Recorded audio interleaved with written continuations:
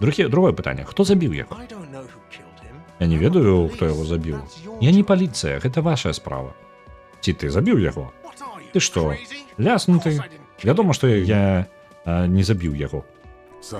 Змрок наш унутраны. Раптам вы напружваецеся, кроў штурхаецца да вашых цягліц.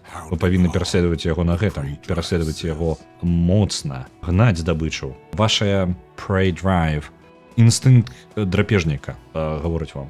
Ці ты забіў яго, Гарта? Не, я гэтага не рабіў. Ты можаш сказаць мне, Гарта, ты забіў яго, так? Я гэтага не рабіў, ён паварочваецца да лейтенанта. І мне гэта не падабаецца. Што гэта такое? Навошта ты забіў яго? Ці я павінен адказваць яму? Ён пытае лейтенанта. І гэта абавязкова. Лейтенант стаіць без руха. Яго твар немагчыма прачытаць. Ці ён прычыніў табе боль? Чаму? Ці ты атрымліваеш нейкае больное задавальненне ад таго, што ты забіў яго?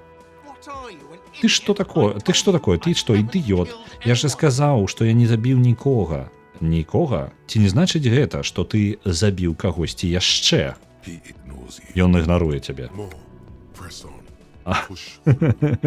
Працягваем давіць нашае змрок унутры. Яшчэ. Працягвай давіць. Гэта ты забіў Сірію? Ідзі нахер, мужик. Кім, хопіць. І вы не можаце зразумець, ці ён гаворыць гэта вам альбо Гарта.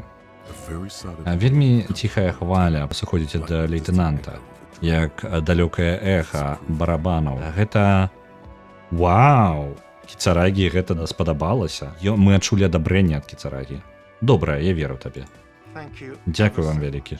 Ачмурэць. Па парадку проста пойдзем. Дзе знаходзіцца цела? За гэтым будынкам знаходзіцца як дворык. Ён паказвае на кухню ззаду. Там яго на дрэва і паднялі. І як мы туды трапім? Это лёгка. Бачыце гэту дзвер? Ён паказвае на захад. Спачатку вы ідзеце адтуль, потым справа ад вас вы заўважыце велізарную дзюру ў плоце. Вельмі вялікую. Праз яе можна прайсці ва ўнутраны дворык. Ключы не патрэбна. Дзірка досыць вялікая для франка-нігерскай кавалерыі, каб праехаць. Эмпатыя. Ён што, спрабуе зрабіць так, каб вы адчувалі сябе вінаватым у тым, што зрабілі гэтую дзірку? Гэта адчуваецца ў яго голасе.